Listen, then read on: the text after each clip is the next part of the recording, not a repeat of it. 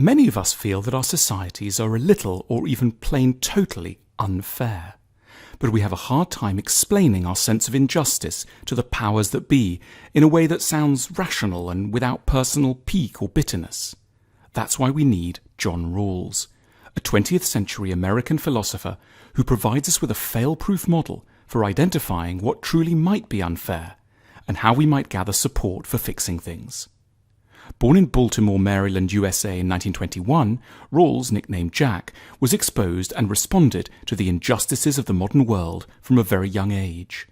As a child, he witnessed at first hand shocking poverty in the United States, the death of his brothers from an illness he unwittingly transmitted to them, and the horrors and lawlessness of the Second World War.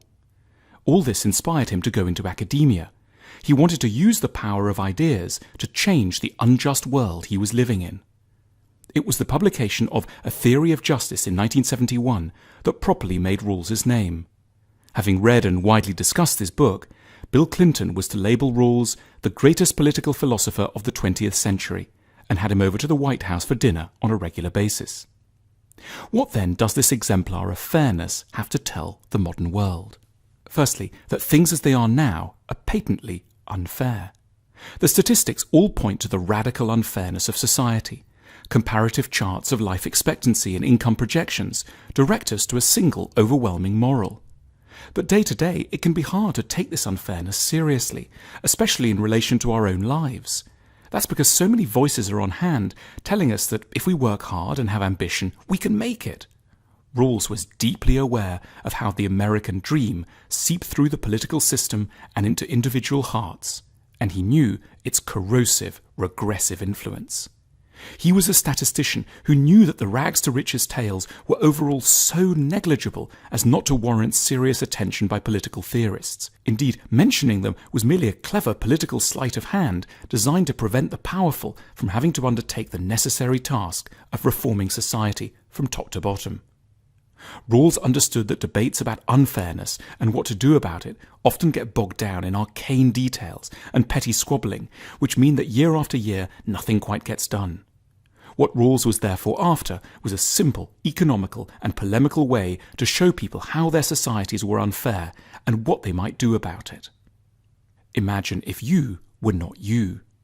Rawls intuitively understood that a lot of the reason why societies don't become fairer is that those who benefit from current injustice are spared the need to think too hard about what it would have been like to be born in different circumstances. So he devised one of the greatest thought experiments in the history of political thought. He called it the veil of ignorance. Rawls asks us to imagine ourselves in a conscious, intelligent state before our own birth, but without any knowledge of what circumstances we're going to be born into, our futures shrouded by a veil of ignorance. Hovering high above the planet, Rawls was fascinated by the Apollo space program. We wouldn't know what sort of parents we'd have, what our neighbourhoods would be like, how the schools would perform, what the local hospital could do for us, and how the police and judicial systems might treat us, and so on. The question that Rawls asks us all to contemplate is, if we knew nothing about where we'd end up, what sort of a society would it feel safe to enter? The veil of ignorance stops us thinking about all those who've done quite well and draws our attention to the appalling risks involved in entering, for example, US society as if it were a lottery, without knowing if you'd wind up the child of an orthodontist in Scottsdale, Arizona, or as the offspring of a black single mother in the rougher bits of eastern Detroit. Would any sane birth lottery player really want to take the gamble of ending up in the society we now have? Probably not. They'd insist that the rules of the entire game had to be changed. Otherwise, it would be too risky. You know what needs to be fixed. Rawls answers the question for us. Any sane participant of the Veil of Ignorance experiment is going to want a society with a number of things in place. They'll want the schools to be very good, the hospitals to function brilliantly, unimpeachable and fair access to the law, and decent housing for everyone.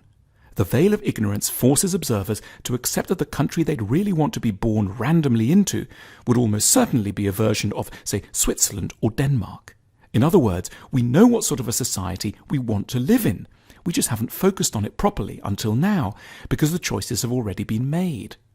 Rawls's experiment allows us to think more objectively about what a fair society looks like in its details. When addressing major decisions about the allocation of resources, we need only ask ourselves, how would I feel about this issue if I was stuck behind the veil of ignorance? The fair answer emerges directly when we contemplate what we'd need to do in order still to be adequately positioned in the worst-case scenario. What to do next? A lot will depend on what's wrong with your society. In this sense, Rawls was usefully undoctrinaire. He recognized that the veil of ignorance experiment throws up different issues in different contexts. In some, the priority might be to fix air pollution, in others, the school system. But crucially, Rawls provides us with a tool to critique our current societies, based on a beautifully simple experiment. We'll know we've finally made our societies fair when we'll be able to say, in all honesty, from a position of imaginary ignorance before our births, that yes, we simply wouldn't mind at all what kind of circumstances our future parents might have, and what sort of neighbourhoods we might be born into.